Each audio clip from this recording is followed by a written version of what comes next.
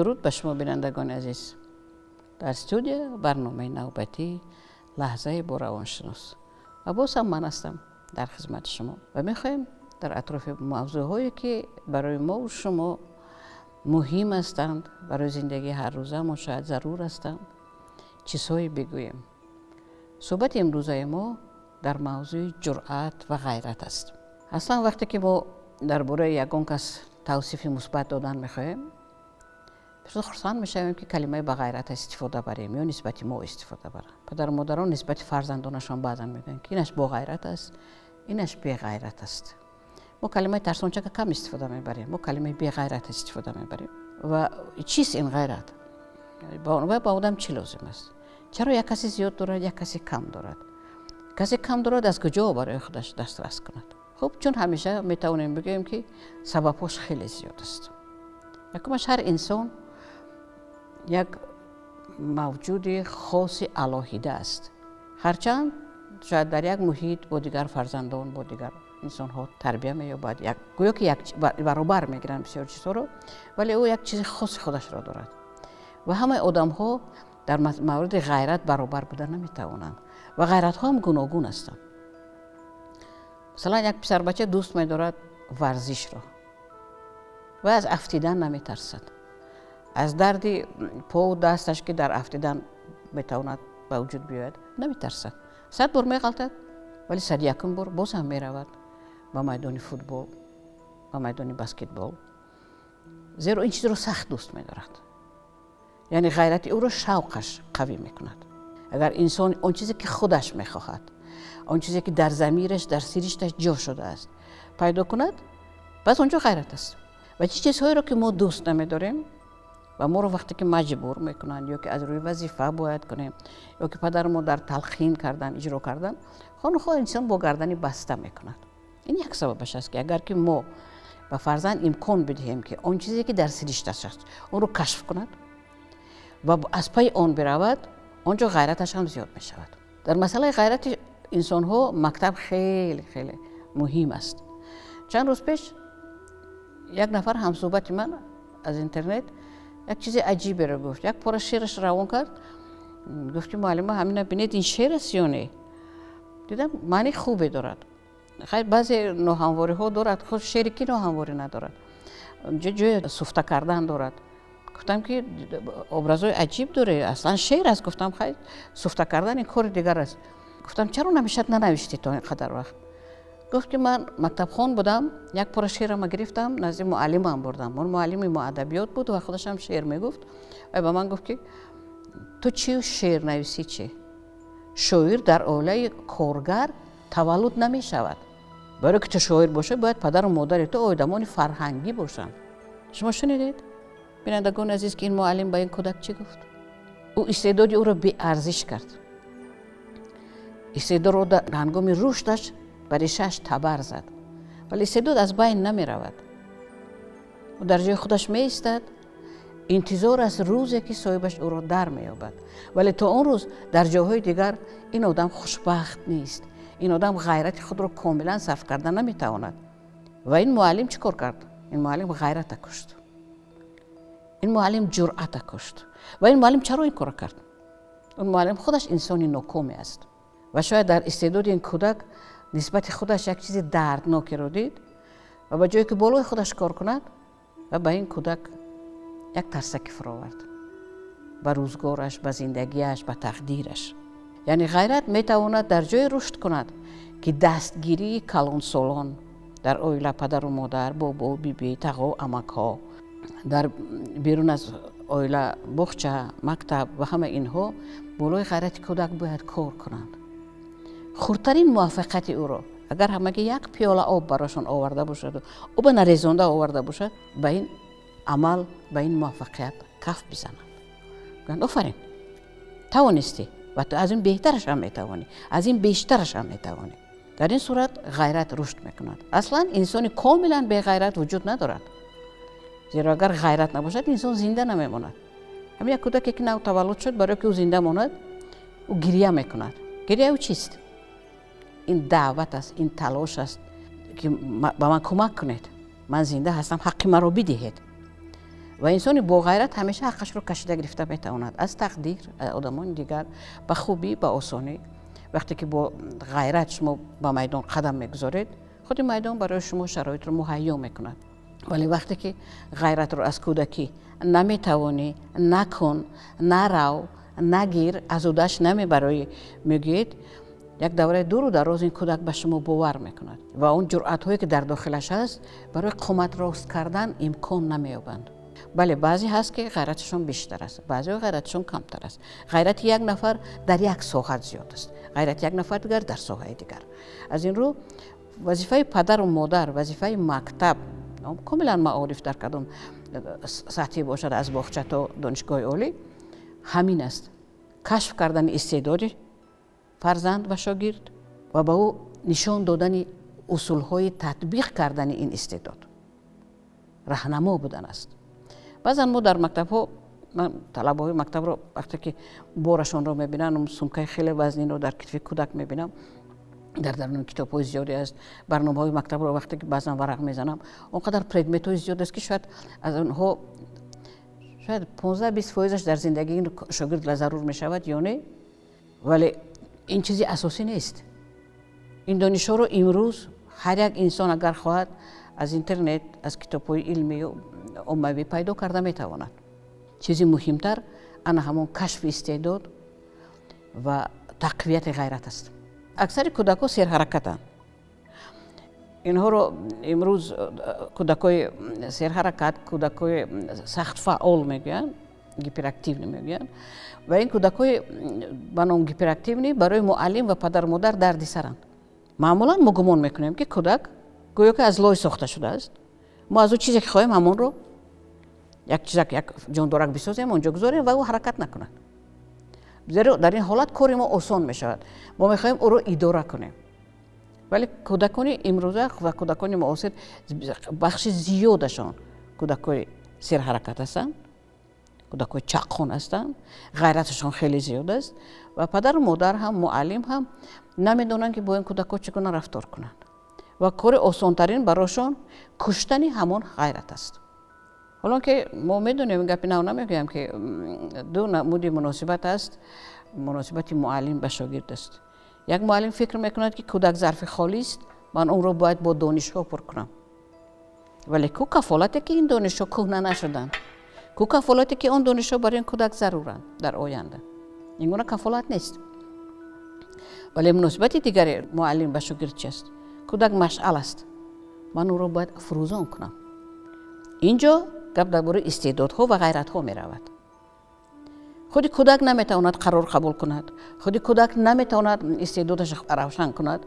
هرچند در بعضی حالت‌ها اگر ما اندک با دقت‌تر باشیم می‌بینیم، مثلا یک کودک رقص کردن دوست می‌دارد، یک کودک دویدن دوست می‌دارد، یک کودک خاموشانه آرامانش را از تماشای تلویزیون یا موسیقی می‌نشیند و به دقت گوش می‌کند. یک کودک وقتی افسانه میگوید شما رو به دقت گوش می‌کند. کودک دیگر 2-3 دقیقه می‌نشیند تا خودش به آخر می‌رسد. اینها نشانه‌های اولیه هستند که هم پدر و مادر، هم مربی باغچه، هم معلم مکتب می‌تواند علاقه معین کند که کدام کودک در کدام مورد غیرتش بیشتر است. اون کودک که موسیقی را گوش می‌کند او از عالم فرهنگ است، ولی او معنی ندارد که باید ندود. و اون کودکی که دو دوست می‌دارد، صبر ندارد که افسانه شما را تا آخر گوش کند، یعنی شما باید هنگام افسانه گفتن با اون کودک رابطتون دیگر برقرار کنید. مثلا اگر کودک افسانه شما افسانه میخونید و تا آخر برای گوش کردن صبرش نیست، میتونید در برش نشینید، یک کودک روبرتون میشیند، یک کودک دیگر در برتون میشینید و با دستتون شما یک گنجایش میدارید، دستش میدارید، دستتون بالای پایکش میمونید و میگید من با تو هستم و پیشکی مصلحت میکنید، میگید که رب همین افسانه گوش کردن، من افسانه مثلا 2 ورقه 3 ورقه است، این برای گوش کردن این وقت زیادتر لازم است، بیا مصلحت میکنیم تا آخر گوش میکنی. اگر دلتنگ شده خسته حرکت کردن خواهی، ما خوندن قطع میکنیم، تو رو کم تر حرکت کن، این طرف گرد، بیا گشته بیا، ما افسانه تا آخر میخونیم. یعنی به این اصول شما با کودک صبر یاد میدید، تا خط کردش نشستن یاد میدید، ولی او رو از افسانه خوندن محروم نمیکنید. انسان یک چیزی همه طرفه است، یک چیزی است که همه چیز را دارد و همه چیز رو میتواند رشد بدهد. ولی خوشبخت زمانی میشود که اون چیزی در سیریش دست خودش برای همین به دنیا آمده. اون چیزی که رسالتی دارد، هر یک انسان چیزهای رسالتی دارد. اون رو پیدا کنیم، اونجا موفق میشود، زیرا این در علاقه بنیاد دارد، ریشه دارد در ضمیرش، او باید اون رو خود باید رشد بدهد.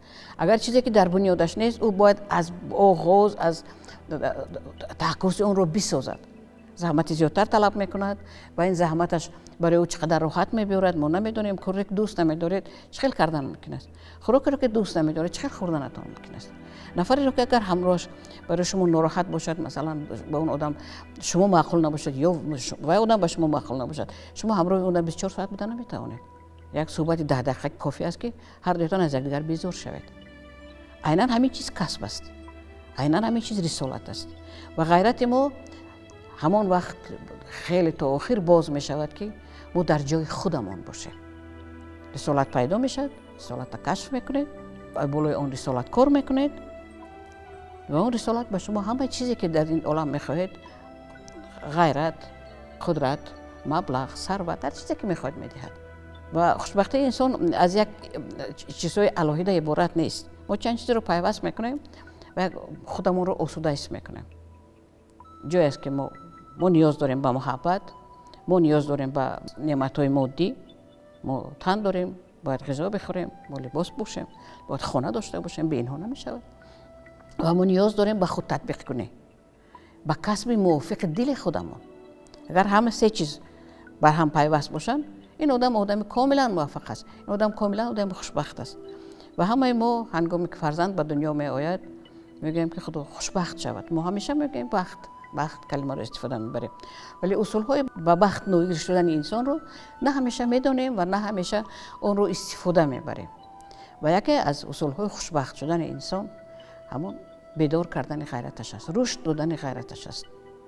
و این چنانه که گفتم یکی از اصول هایش همین است که ما استعدادش رو کشف کنیم. خب ذاتاً به حسب کودکی که خسر غیرت تر است، ولی و کودکی که غیرتش کمتر است. ولی بازم گفتم که اینجا موردش علاوه است. خوش و چیز دیگری است که مثلا برای رسام ساعت ها نشستن در جای و صورت کشیدن، مایه محبتش و مایه خوشبختش و مایه ثروتش و موفقیتش اونجاست. ولی برای ورزشگر باید 2 ساعت در میدان بدود. غیرت هر کدامش شکل خودش دارد و ما گفتن نمیتونیم که اینش به غیرتش اونش با غیرت است. هر کس در جای خودش است. و وقتی که ما این چیزا رو پیدا کرده میتوانیم سری وقت و به کودک امکان میدیم که آن رو رشد بدهد، همکاری ما و همکاری کودک آسان می شود. و در آخر یک چیز میتوانم بگویم که در دوره نورسی کودکان جویا هستند، خیلی جویا هستند. گاه با این مشغول میشن، گاه با اون مشغول میشن، گاه با اون مشغول میشن و هر چند وقت دلمانده میشن، میگن دیگه نمیروم. شما با 1 هفته درس رسم میبرید، بعد 1 هفته میگید نه دلم بزد نمیروم. 1 هفته درس موسیقی میبرید، دفعه دیگر میگید که نمیروم. یا که ورزش به حال طلب میکنه، تلاش میکنه، برید و میبرید نمیرود. بعد چند وقت گویا که خسته میشه، دلش میزند نمیرود. این معنی اون ندارد که بچه شما تنبلش هر دم خیال است و شما مورد تنبیه باید قرار بگیرید. نه، این دوره جستجویش است و هنوز خودش نمیداند و وقتی که تو نسنجد پیدا کرده هم نمیتواند. و وظیفه پدر و مادر همین است که به او امکانیت خودسنجی رو بدهیم. میرود اینجا خودش میسنجد، ها نمیشد است. میرود اینجا خودش میسنجد، ها نمیشد است. و نهایت یه روز خودش پیدا میکند. اگر ما در همین دوره نورسی به کودک راهنمایی کرده توانیم، به او کمک کنیم که این چیزا رو بیابد، واقعا بعداً کار او خیلی آسان میشد. ولی اگر اینجا ما پیش روش رو بگیریم، با یک چیز دیگر هم است که هم پدر و مادران هم معلمان بعضا توصیه عجیب میدهند. من معلم هستم، تو هم باید معلم شوی. یا که دانشگاه اینجا نزدیکتر است، همین کسب برای ما موفق‌تر است، راهش دور نیست، عذاب نمیکشی، همین دانشگاه میروی، از همینجا یکون کسب انتخاب میکنی. یا چیز دیگر، مثلا معلم یا همشیره شفقت در همه جا کار مییابد، تو دخترک هستی، برای تو این کسب موفق‌تر است. ما توصیه هایی میدهیم که بر رسالت و به خواهش و به استعداد فرزند شاید یکون رابطه نداشته باشد. خب این آدم شاید به گردن میگیرد و معلم میشود، سالهای سال زندگی میکند با این کسب، یک روز با آن عادت میکند. ولی خوشبخت میشود یا نه ما نمیدونیم. غیرتش تا چند روزه بیدار میشد ما نمیدونیم. امروز خیلی شکایت در شبکه‌های اجتماعی میشنویم که معلمان این هستن اون هستن و اگر برمی امروزه معلمان اهمیت دهید، اکثر آنها شاید کسب خودشان انتخاب نکرده باشند. شاید این رسالت آنها نیست. گپ سر آن نیست که آنها معلم بد هستند.